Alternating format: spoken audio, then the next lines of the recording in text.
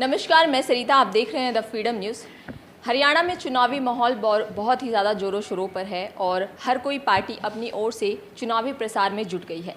अब बहुत ही नज़दीक है चुनाव की तारीख। ऐसे में हर किसी में के मन में ये सवाल है कि आखिर इस बार हरियाणा में कौन जीत कर आएगा, बीजेपी या फिर कांग्रेस? क्योंकि जिस तरीके से पिछली बार कांग्रेस ही जीत कर आई थी यहाँ पर और उसके बाद बीजेपी के लिए कहीं ना कहीं थोड़े से मुश्किल के दिन भी हैं। ऐसे में हम जानते हैं यहाँ पर मौजूद कुछ कार्यकर्ताओं से कि क्या माहौल है सोनीपत में बीजेपी को लेकर और क्या बीजेपी वापसी करेगी और किन मुद्दों पर वो चुनाव इस बार लड़ रही है। तो आज हमारे साथ मौजूद हैं भूपेंद्र सिंह गहलावत जी, जो कि स्टेट स्पोक पर्सन है। चलिए जानते हैं उनसे कि क्या माहौल है इस समय सोनीपत में चुनाव को लेकर। देखिए, सबसे पहले तो मैं आपका और जो आपके दर्शक हैं उनको नमस्कार करता हूं। फिर मैं जो आपने सवाल किया है मैं उस पर आ जाता हूं। हमारे सरकार ने जो 9.5 साल में काम किए हैं, कल्याणकारी योजनाएं हमारी सरकार लेके आई है, उसको देखते हुए आज पूरे हरियाणा प्रदेश में भारतीय जनता पार्टी की लहर चली हुई है। बहुत सारी कल्याणकारी योजनाएं लेके आए। सबसे ज़्यादा जो आज नौजवानों पर असर है, जो बगैर खर्ची पर्ची के हमने 1,40,000 युवाओं को नौकरी देने की बात की, सबसे ज़्यादा क्रेज है। जिनको नौकरी नहीं मिली वो भी ये समझते हैं कि जब इनकी सरकार दोबारा से आएगी तो बगैर खर्ची पर्ची के नौकरी हमको भी मिलेगी। और हमारी सरकार ने एक श्वेत पत्र पार्टी ने जारी किया है कि हम 2 लाख बेरोज़गार युवाओं को बगैर खर्ची पर्ची के नौकरी देने का काम करेंगे। दूसरा, हमने जो आयुष्मान योजना हम लोग लेके आए और जो ट्रांसफर पॉलिसी हम लोग लेके आए, उसका बहुत ज़्यादा असर है। और हमारी पार्टी ने किसानों के लिए जो किया है, देखिए आज तक किसी भी प्रदेश के अंदर कोई भी एमएसपी पे 24 फसलें नहीं खरीदता। हमारी सरकार ने, कैबिनेट ने कानून बनाया है कि हम 24 फसलें सरकारी जो है एमएसपी पर खरीदने का काम करेंगे। और हमारी सरकार ने 48 घंटे के अंदर किसानों के खाते में सीधा, कोई बिचौलिया नहीं, सीधा पैसा भेजने का काम हमारी सरकार ने किया है। आज तक किसी भी प्रदेश ने, किसी भी मुख्यमंत्री ने जो हमने अब की बार किया, किसी ने नहीं किया। जब थोड़ा सा बारिश लेट हो गया और जब ये लगा कि सूखे की संभावना थी, हालांकि सूखा नहीं रहा, हमने 2,000 रुपये पर एकड़ हर किसान के खाते में पहुंचाने का काम पहले कर दिया। जब कोई खराबा हो जाता था, 2-2 साल तक उनको मुआवजा नहीं मिलता था। और जो फसल खराबी का मुआवजा था, 21,000 करोड़ रुपया हमारी सरकार ने किसानों को 9.5 साल में बांटने का काम किया। जो हमारी पॉलिसी है बगैर खर्ची पर्ची के, आज हमारा कोई पीला कार्ड बनाने चले जाओ, किसी को कोई फार्म भरने की ज़रूरत नहीं। हमने जो सीधा सा किया है, जिसकी इनकम 3 लाख रुपये से कम है उसकी पेंशन बन के सीधी खाते में आ जाती है। और जिसका पीला कार्ड 1,80,000 से है उसको कोई फार्म नहीं भरना, उसके खाते में सीधी आ जाती है। हमारे एक और कल्याणकारी योजना हमारी सरकार ने लागू की है। जो गरीब लोग हैं उनके लिए 1,000 किलोमीटर, राइट तो सबका है, ये तो यानी कि तीर्थ यात्रा पे गरीब आदमी नहीं जा सकता, 1,000 किलोमीटर का हमने फ्री उनको देने का काम किया है। और बहुत सारी अभी जो हमारा संकल्प पत्र, कांग्रेस का तो घोषणा पत्र है, झूठ झटाई हवाई बातें होती हैं। हमने संकल्प पत्र का मतलब ये है, हमने प्रतिज्ञा की है कि जो हम कहेंगे वो करेंगे। और हमने पीछे भी जो कहा वो करा। हमने 3,000 पेंशन की बात की थी, हमने बुजुर्गों को 3,000 पेंशन देने की बात की। हमारी सरकार ने, हमारे यहाँ 10 टाउन, जैसे खरखोदा हमारे सोनीपत में ज़िले में है, वहाँ हमने इंडस्ट्री एरिया स्थापित किया है। इसी तरह 10 शहरों को हम इसी तरह से डेवलप करेंगे और 5 लाख लोगों को रोज़गार मिलेगा। हमने जितने भी कल्याणकारी योजनाएं की, जितना विकास, सभी डिस्ट्रिक्ट को नेशनल हाईवे से जोड़ने का काम हमारी सरकार ने किया। जहाँ कहीं भी जाने के लिए 4-4, 5-5 घंटे लगते थे, मात्र 2 घंटे में वहाँ से सफ़र पूरा होता है। यहाँ से एयरपोर्ट जाते थे 2.5-3 घंटे में पहुँचते थे। अब जो हमने रोड बनाया है, मात्र 30 और 40 मिनट में एयरपोर्ट पहुंचने का हमारे लोगों को फ़ायदा हो रहा है। फिर भी अगर जैसे कि टक्कर कांटे की है, अगर हम सुरेंद्र पवार की बात भी करें, 2019 में आने के बाद जिस तरीके से कहीं ना कहीं हरियाणा की जनता ने उनको चुना, और अभी हालांकि उन्होंने उस समय ये भी कहा था कि वो हरियाणा को पेरिस बना देंगे, तो क्या लगता है कि पेरिस बना हरियाणा? देखिए, उन्होंने तो किसी का जो काम, मेरे ख्याल से तो फ़ोन भी नहीं सुना काम करने के बाद। हमारी सरकार पहली ऐसी सरकार है जिसने अपोजिशन के जो एमएलए थे उनको भी 25 करोड़ रुपए देने का काम किया, 5 करोड़ पर ईयर और 25 करोड़ एक बार इकट्ठे। कि वो अपने एरिया का डेवलपमेंट करा सके। और मुझे ताज्जुब हो रहा है कि उसमें से 20 करोड़ रुपया लैप्स होके वापस चला गया। उसके पास तो फुर्सत ही नहीं है, वो तो उसका अपना बिजनेस में इस तरह से लगा रहता है, उसको लोगों से कुछ नहीं लेना देना, और उन्होंने किसी किस्म का कोई काम नहीं कराया। जनता से जब आप पूछोगे तो वो बताएंगे। अब मेरे बहुत ही सीनियर साथी हमारे एक्स मिनिस्टर अनिल ठक्कर जी बैठे हैं, बाकी प्रकाश आप। सर, मेरा पहला सवाल आपसे ये है कि अगर हम बात करें यहाँ पर किसानों की, किसान अभी भी नाराज़ है कहीं ना कहीं बीजेपी से, और कहीं ना कहीं वो अभी भी रेल ट्रैक जाम करने की बात करें, जबकि आपके संकल्प पत्र में ये कहा गया है कि हम 24 जो फसलें हैं एमएसपी पे पूरी की पूरी खरीदेंगे, और ये पहली बार होने जा रहा है जब ऐसा है। तो क्या नाराज़गी है अभी भी उनकी जब इतना? देखिए मैम, कोई नाराज़गी ऐसी जाहिर नहीं हो रही कि जिसकी वजह से हमें ये लगे कि हमारी सरकार ने किसानों के लिए नहीं किया। हमारी जो सरकार है वो किसानों के हित की सरकार है। एमएसपी की भी बात फाइनल हो चुकी है और कोई कोर कसर हमने छोड़ी नहीं। डायरेक्ट खाते में पैसे किसानों के सरकार भेजती है। तो ऐसा कोई मुद्दा मुझे नहीं लग रहा कि जिसको यूं कहा जाए कि हमारी सरकार ने, चाहे वो भारत सरकार हो केंद्र की या हमारी स्टेट गवर्नमेंट हो, उन्होंने इन मुद्दे को कभी भी जो है सीरियसली नहीं लिया। किसान आज प्रायोरिटी पे है, वो अन्नदाता है, लोगों के लिए फसल उगाता है, और सबसे ज़्यादा जो है प्रायोरिटी वो हम किसानों को देती है, क्योंकि भारत जो है वो कृषि प्रधान देश है। 75% भूमि के ऊपर कृषि होती है।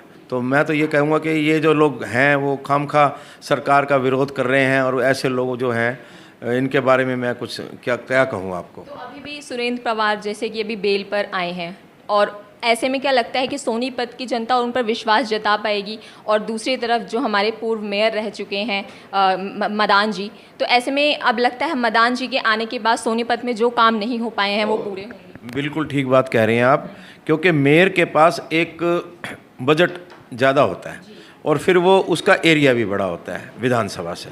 तो 3.5 वर्ष पूर्व जब मदान साहब को मौका मिला, और वो युवा साथी हैं, युवा हैं अभी, और यहाँ की जनता ने उनको 15,000 वोटों के लगभग यहाँ से जिताया, और उसके बाद उन्होंने 3.5 साल जो है सरकार में काम किया। ये बात अलग है चूँकि वो उस टाइम कांग्रेस से वो बने थे, लेकिन मेरा ये कहने का मतलब है उनसे जो भी हो पाया, चाहे वो किसी गली की सड़क का मामला हो, पानी का मामला हो, किसी कोई निर्माण की बात हो, वो उन्होंने पूरी तवज्जो से किया है, अपने पूरे ताकत के साथ उस काम को करने का प्रयास किया है। मतलब कि जो मदान जी हैं ज़मीनी स्तर से जुड़े हुए व्यक्ति हैं, तो वो ज़्यादा अच्छे से लोगों की समस्याओं को समझ। जी, वो ज़मीनी स्तर से जुड़े हुए हैं, और वो युवा भी हैं, काम करने का जज्बा भी है, और वो लोगों के बीच में गए भी हैं। ये नहीं कि वो बन गए और वो गए नहीं। तो उन सबकी तुलना में जितने भी ये लोग यहाँ कैंडिडेट खड़े हैं, चाहे वो किसी भी पार्टी से संबंध रखते हैं, ये सबसे बेस्ट ऑप्शन है लोगों के लिए, और सबसे बेस्ट व्यक्ति है ये यहाँ के विधानसभा की राजनीति के लिए। तो निखिल मदान जी अब अगर आते हैं तो और क्या क्या चीज़ें होगी जो सोनीपत की जनता को मिलेगी? जो विकास का पहिया रुक गया था, क्योंकि 3.5 साल का वर्ष बहुत कम होता है, तो अभी 1 साल का और भी पड़ा है लगभग। तो जो विकास जहाँ पे रुक गया, क्योंकि आचार संहिता लग गई, कुछ समय पहले मेंबर पार्लियामेंट मोहनलाल जी का चुनाव आ गया, उसमें आचार संहिता लग गई, यानी ये मान के चलो तो उसको मौका ही कुल 3 साल का भी नहीं मिला। 6 महीने तो आचार संहिता में लग गए। तो जो हमारी बड़ी योजनाएं थी, जैसे एक बस अड्डा था, यहाँ पे स्टैंड है, बस स्टैंड, उसको इस शहर से बाहर ले जाने की बहुत बड़ी प्रायोरिटी है हमारे लिए, क्योंकि उसकी वजह से सारा तो ट्रैफिक जाम होता है, और जब पानी सीवरेज उसका फ्लो मारता है तो पूरा पानी फैलता है, सड़कें टूट जाती हैं। तो ऐसे ऐसे कई हमारे मुद्दे हैं। 5 हमारे द्वार हैं जहाँ से एंट्री होती है, मुरथल का, कालूपुर का सेक्टर का, और इस तरह से बहालगढ़ साइड जहाँ से हमारी एंट्री होती है सोनीपत की, बड़े गेट लगा के उनको एक अच्छा सा लुक देने के लिए ये भी कार्यरत है। ये भी उसके अंदर पेंडिंग है काम। जो सड़कों की मुरम्मत है, जो टूट गई हैं, उनको दोबारा रिपेयर करने की बात है, और हर चौक को सौंदर्यीकरण करने की बात है। ऐसे बहुत सारे मुद्दे हैं जो पेंडिंग हैं, और जब सरकार बनेगी और ये विधायक बनेंगे लोगों के आशीर्वाद से, तो इन सभी मुद्दों को हम सब लोग मिलके, क्योंकि एक जो चना है वो भाड़ नहीं फोड़ सकता, इसमें ये भी है, मैं भी हूँ, हमारी बहन भी है, सभी कार्यकर्ता मिलके इसी तरह टीम वर्क करेंगे। चुनाव होने के बाद भी उन मुद्दों को पूरा करने के लिए हम प्रयासरत रहेंगे और कृतबद्ध रहेंगे। अगर देखा जाए तो हाल फिलहाल में महिलाओं की सुरक्षा का मुद्दा भी बहुत बड़ा मुद्दा है, क्योंकि अगर आप देख रही हैं किस तरीके से महिलाओं के साथ क्या क्या हो रहा है, ऐसे में बीजेपी ने अपने संकल्प पत्र में महिलाओं को लाडो लक्ष्मी योजना के तहत 2100 रुपये महीना देने की बात भी कही है। तो क्या लगता है कि इसके साथ साथ सुरक्षा ज़रूरी है? महिलाओं की सुरक्षा के लिए आप देख रहे हैं कि महिलाओं की सुरक्षा के लिए जैसे ही हमारी भारतीय जनता पार्टी की सरकार आई थी, हमने अलग से थाने बनाने का काम किया। और उसमें पुरुषों के बीच में जब महिला के साथ कोई बात होती है तो थाने में जाने में वो बहुत हिचकती थी, लेकिन भारतीय जनता पार्टी ने जो अलग से थाने बनाने का काम किया उसमें वो निसंकोच होकर किसी भी समय जा सकती है, क्योंकि उनको आगे भी महिला ही मिलेगी। और ईमानदारी से और सच्चाई से जो हम लोगों ने महिलाओं का साथ दिया है, चाहे वो लाडो योजना है, चाहे वो ड्रोन योजना है, चाहे वो आप लखपति बहना योजना है, चाहे वो भारतीय जनता पार्टी ने 1/3 33% आरक्षण महिलाओं को दिया है, सभी चीज़ों पे आप देख रहे हैं कि भारतीय जनता पार्टी न केवल महिला, न केवल युवा, न केवल किसान, सबको एक तरह से ऊपर उठाने का काम कर रहे हैं। आज आप मैं खुद जाट हूँ और किसान वर्ग से संबंध रखती हूँ। आज के दिन ये एक प्रक्षेपण बन गया है कि जाट भाजपा के साथ नहीं है, जाट भाजपा के साथ नहीं है, जबकि ऐसा नहीं है। मैं राई से आई हूँ और मैं गांव में गई हूँ। 70% जाट आज भी भाजपा को पसंद करते हैं और वो चाहते हैं कि मोदी जी ने अभी आप लोगों के सामने परसों जो हमें वीटो पावर मिली है, जो 70 वर्षों से हम लोग ट्राई कर रहे थे और हमें वीटो पावर नहीं मिल रही थी, और आज वास्तव में हम लोग ये कह सकते हैं कि आज परसों हमने विश्व गुरु का दर्जा प्राप्त किया है। और मोदी जी के कारण जो विदेशों में हमारे एनआरआई साथी रहते हैं या हम जाते हैं या हमारे बच्चे जो फंसे हुए थे, आप किसी को भी देखिए, हमें एक अलग से सम्मान मिलता है। जब किसी को भी अगर ये पता चलता है कहाँ से हैं आप, तो जब वो भारतीय कहता है, जब वो हिंदुस्तानी कहता है, तो उसको एक अलग से उसकी छाती चौड़ी होती है, उसका मस्तक ऊपर उठ जाता है। और ये छोटी चीज़ें हम लोगों ने, छोटे से छोटे शौचालय से छोटी शायद कोई वस्तु नहीं होती घर में, हम लोगों ने शौचालय से लेके और हवाई जहाज़ तक, आज हवाई जहाज़ भी हमारे देश में बन रहे हैं, हथियार भी हमारे देश में बन रहे हैं, फ़ोन भी हमारे देश में बन रहे हैं। कोरोना की मेडिसिन जिससे पूरा संसार ने लड़ पाया, उससे अकेला हिंदुस्तान लड़ा, उससे अकेला भारत लड़ा। तो आप भारतीय जनता पार्टी की तरफ आज भी 70% लोग आज भी भारतीय जनता पार्टी को पसंद करते हैं। और एक तरफा निखिल जी यहाँ से, राय से कृष्णा जी, हम लोग 6 सीट जीत के, हम लोग 6 की 6 सीट जीत के हम मोदी जी को देंगे और हम हरियाणा में बहुत अधिक मार्जिन से सरकार बना रहे हैं। हरियाणा में अग्निवीर का मुद्दा भी कहीं ना कहीं युवाओं के लिए बहुत ज़्यादा ज़रूरी है, तो ऐसे में भाजपा उनके लिए क्या नए लेकर आएगी, क्या काम करेगी? देखिए, सबसे पहले आपके चैनल के दर्शकों को बहुत बहुत सादर प्रणाम। जहाँ तक अग्निवीर योजना की बात है, अग्निवीर योजना हमारे देश के भविष्य की सुरक्षा के लिए सबसे ज़्यादा ज़रूरी है। इसकी दूरदृष्टता के बारे में विपक्ष के लोगों को जानने की कोशिश भी उन्होंने नहीं की कि हमारी जो सेना है वो अग्निवीर योजना के माध्यम से आने वाले दिनों में, आने वाले वर्षों में सबसे युवा सेना होगी। और चीन और पाकिस्तान जैसे देशों से भिड़ने के लिए, बॉर्डर पर भी भिड़ने के लिए हमारे लिए अग्निवीर योजना बहुत ज़्यादा ज़रूरी है। दूसरा ये कि जो बच्चे 4 साल करने के बाद भी वहाँ से रिटायर होकर आते हैं, उनके लिए 100% सैनिकों को हमने रोज़गार देने का वायदा किया है कि उनको जितने भी बचेंगे 100% अग्निवीरों को हम सरकार में। 2019 के चुनाव की तरह इस बार फिर से आम आदमी पार्टी एक बार फिर यहाँ पर आ गई है और वही फ्री की रेवड़ियाँ दे रही है दोबारा से। ऐसा लगता है कि अब वापस से हरियाणा की जनता आम आदमी पार्टी पर विश्वास। देखिए, आम आदमी पार्टी की जहाँ तक बात है, पंजाब में उनकी सरकार आई। पंजाब में उनकी सरकार आने के बाद वहाँ पर 2 सांसद ऐसे चुने गए जो खालिस्तान का खुले तौर पर समर्थन करते हैं। एक किस्म से वहाँ के लोगों ने आतंकवादियों को जिताया। वहाँ पर आम आदमी पार्टी की सरकार है। आप इससे ही अंदाज़ा लगाइए कि आम आदमी पार्टी पूरे समाज में, पूरे पंजाब के अंदर किस तरीके का माहौल पैदा कर रही है। ये देश के लिए बहुत खतरनाक सोच वाले लोग हैं जो देश को भविष्य में तोड़ने की कोशिश करेंगे।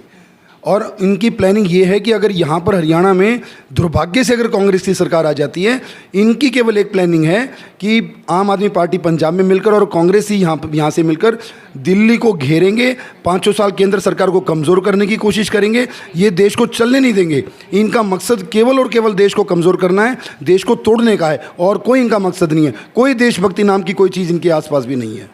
तो निखिल मदान जिस तरीके से यहाँ से प्रत्याशी के रूप में चुने गए हैं, तो उनके आने के बाद और क्या चेंजेस? देखिए, एक अच्छा नौजवान साथी हमारे परिवार में जुड़ा है। हमारा परिवार भारतीय जनता पार्टी का बहुत मजबूत हुआ है और निश्चित रूप से जिस तरह से उन्होंने मेयर रहते हुए बहुत काम किए, अगर कंपैरिजन करूं सुरेंद्र पवार जी का और इनका, सुरेंद्र पवार जी के पास 25 करोड़ आया, 20 करोड़ उन्होंने वापस भेज दिया। लोग केवल इसको इस नज़र से देखते हैं कि उन्होंने 20 करोड़ वापस भेजा। मैं इसको इस नज़र से देखता हूं कि वो सोनीपत की जनता से, सुरेंद्र पवार सोनीपत की जनता से नफरत करता है, इसलिए उसने जो पैसा सोनीपत की जनता पे खर्च होना चाहिए था वो वापस भेजा। यहाँ की सड़कें बन सकती थी, गलियाँ बन सकती थी, और केवल इस मात्र 20 करोड़ रुपया नहीं, जो ये तो आया है पैसा जो उन्होंने वापस भेजा। अगर उनके अंदर दमखम होता, अगर वो एक अच्छे समर्पित व्यक्ति होते इस सोनीपत के प्रति, लोगों से अगर उनका प्रेम होता, तो वो 200 करोड़ और लेकर आ सकते थे, केंद्र से भी लेकर आ सकते थे, राज्य से भी लेकर आ सकते थे, राज्य सरकार से भी। लेकिन उन्होंने पूरे 5 वर्ष कोई कोशिश नहीं की। वो सोनीपत की जनता से नफरत करते हैं। मैं बिल्कुल खुले तौर पर आपके चैनल से कहता हूं, वो किसी से प्रेम नहीं करते। अगर प्रेम करते तो वो संघर्ष करते सोनीपत की जनता के लिए। उन्होंने कभी भी कोई संघर्ष नहीं किया। यानी कि अब सिर्फ सोनीपत की जनता सिर्फ और सिर्फ बदलाव को वोट देगी। निश्चित रूप से हम लोग ये संदेश भेजें आपके चैनल के माध्यम से भी, और हम लोग तो कर ही रहे हैं कार्य। लोगों तक ये संदेश जाना चाहिए कि जो जनता से प्रेम करे, जनता को उस व्यक्ति को चुनना चाहिए, न कि उस व्यक्ति को जो आया हुआ पैसा भी वापस चंडीगढ़ भेज दे। बहुत बहुत धन्यवाद। तो देखा आपने किस तरीके से चुनाव जो होने वाला है हरियाणा में, बहुत ही ज़्यादा टक्कर का चुनाव है। एक तरफ कांग्रेस के सुरेंद्र पवार हैं, तो दूसरी तरफ वहीं पर निखिल मदान है बीजेपी के प्रत्याशी। और अब देखना होगा आने वाली 5 तारीख को कि हरियाणा की जनता किसे अपना उम्मीदवार चुनती है।